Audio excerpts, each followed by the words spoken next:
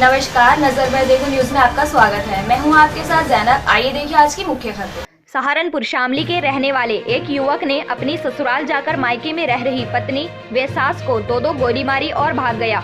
दोनों मां बेटी को गंभीर अवस्था में जिला चिकित्सालय में भर्ती किया गया, जहां पर कुछ घंटे मौत से संघर्ष करते करते पत्नी ने दम तोड़ दिया, जबकि मृतका की मां की स्थिति गंभीर बनी हुई है। इस गोलीकांड को अंजाम देने वाले युवक को पुलिस द्वारा गिरफ्तार कर लिया गया है। आपको बता दें कि शामली निवासी मोहसिन का निकाह थाना गंगो के अंतर्गत पड़ने वाले ग्राम आलमपुर निवासी रुखसार से हुआ था। शादी के कुछ समय बाद ही रुखसार अपने मायके चली गई थी और तभी से वह अपने मायके में ही रह रही थी। सूत्रों की माने तो मोहसिन कई बार अपनी पत्नी को लेने के लिए अपने ससुराल भी गया, लेकिन रुखसार ने पति के साथ जाने से साफ इनकार कर दिया। सूत्रों की ये भी माने तो आज भी मोहसिन ने जैसे ही पत्नी को साथ ले जाने की बात कही तो उसकी सास हलीमा ने बेटी को साथ भेजने से साफ इनकार कर दिया। बस इसी बात से क्षुब्ध होकर मोहसिन ने अपनी पत्नी व सास को दो गोली मारी और फरार हो गया।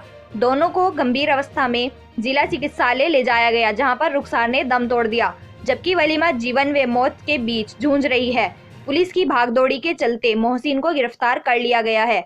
बिनास की खास रिपोर्ट। न्यूज देखने के बाद हमारे चैनल को सब्सक्राइब, लाइक और शेयर जरूर करें।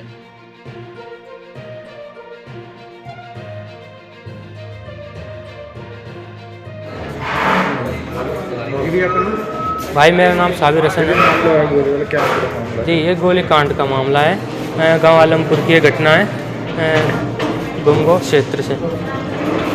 ये लड़की का नाम है रुखसार और इसकी मम्मी का नाम है,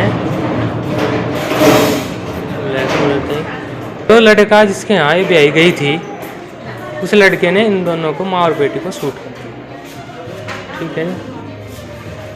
और जी किस बात को लेकर इन दोनों की आपस में तलाक हो रही थी, आपस में संबंध अच्छे नहीं थे, इस वजह से लड़की घर पर थी।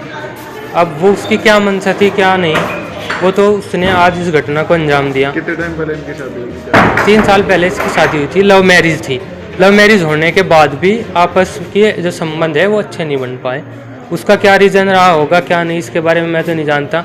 मैं इनके गाँव से हूँ और घटना से हम लोग इनको उठा कर लेकर आए, गंगो CHC में लेकर आए। वहाँ अच्छी सुविधा नहीं मिल पाई और एम्बुलेंस उसके लिए आई, जिसमें देरी हुई। एम्बुलेंस में भी अच्छी खासी सुविधा नहीं मिल पाई, जिस वजह से लड़की की तो मौके पर डेथ हो गई रास्ते में लाते हुए।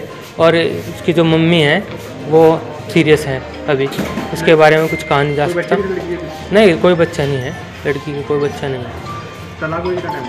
तलाक ज़्यादा से ज़्यादा 1 साल ये रिश्ता चला है इनका। 1 साल के बाद अब तक कोई कंप्रोमाइज़ नहीं हुआ। तलाक में तो कोई कंप्रोमाइज़ होता ही ना। ये दुकान है जी, मोहम्मद इकबाल। ये क्या हुआ था? ये सुबह जी सवेरे तो सब अपने घर थे और सवेरे ही आया मोटरसाइकिल पे आके और उनके घर चढ़ाया। इसका जो मनीबा का घर वाला था वो भी बाहर चला गया था अपने काम पर खेत खाद में, और उससे आन गए बाहर इस लड़के का गोली मारी कोक में, और कोक में गोली मार के फिर इसकी माँ जैसा ऊपर पड़ी उसका बट मारी। बट मारने पर गोली मारी फिर उसके माँ के। या तो लड़की भी बाहर निकट गई और इसकी माँ बाहर निकट गई, कुंडा दे दिया बाहर ला कमरे का, तो भीतर मुंडे बाहर निकट गई। बाहर इतने में फिर रुका दिया, सबने पता लग गया। पता लगने पर फिर वो भीतर मुंड रहा था। मुंडने पर उन्होंने 2-3 फिर अंदर भी करे, फिर भीतर कोई लव नहीं लगा, कभी किसी का मार दिया। मारने फिर पुलिस को फ़ोन करा, पुलिस गई तो फिर इसकी माँ जैसा बाहर पड़ी थी सड़क में, ऊपर तो कुआड़ खुल गया थोड़ा। कुआड़ खुलने पे बाहर निकलते साथ उसकी कमर में गोली मारी उन्होंने। मतलब क्या वजह थी गोली मारने की? गोली मारने की आई थी लड़की का जी। जैसा लड़की तो तलाक दे रखी थी, लड़की तो वहाँ जा नहीं रही थी। टाइम हो गया तलाक दी? लड़की तो तलाक ऐसा हो गया जी, 7 महीने हो गए, 7-8 किस महीने। बात को लेकर दिया था? बस वो तो नहीं पता होगा किस बात में। लड़की को शादी को कितने साल?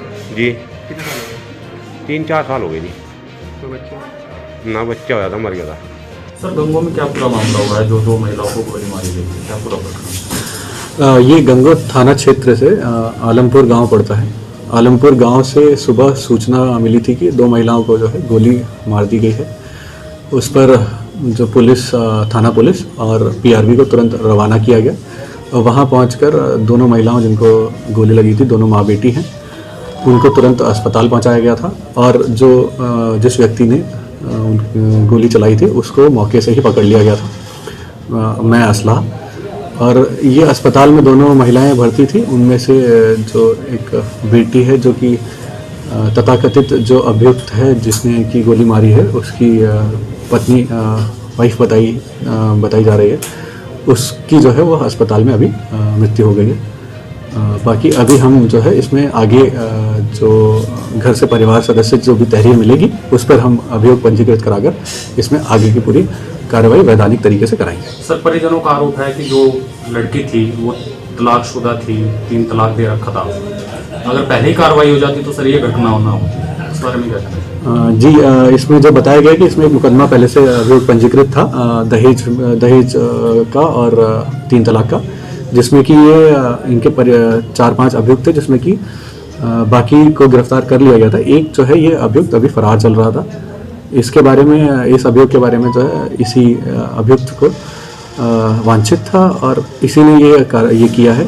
और बिल्कुल अगर इसमें कार्यवाही क्यों नहीं की गई, इसमें अगर कोई भी दोषी पाया जाएगा जिसने इसमें पहले जो अभियुक्त था उसमें कार्रवाई नहीं की थी तो उसके खिलाफ जो है परिजन कह रहे हैं कि लगातार वो थाने पे जा रहे थे और लेकिन फिर भी उनकी सुनवाई नहीं हो रही थी, इसीलिए घटना को अंजाम देने में वो सफल रहा जो पति था उसका। जी बिल्कुल, अगर परिजन जो आरोप लगा रहे हैं या फिर अगर जो भी होगा उसकी जांच की जाएगी और इसमें जो भी संबंधित इसमें जिसकी भी लापरवाही निकल के आएगी उसके खिलाफ कार्रवाई अवश्य की जाएगी। ठीक।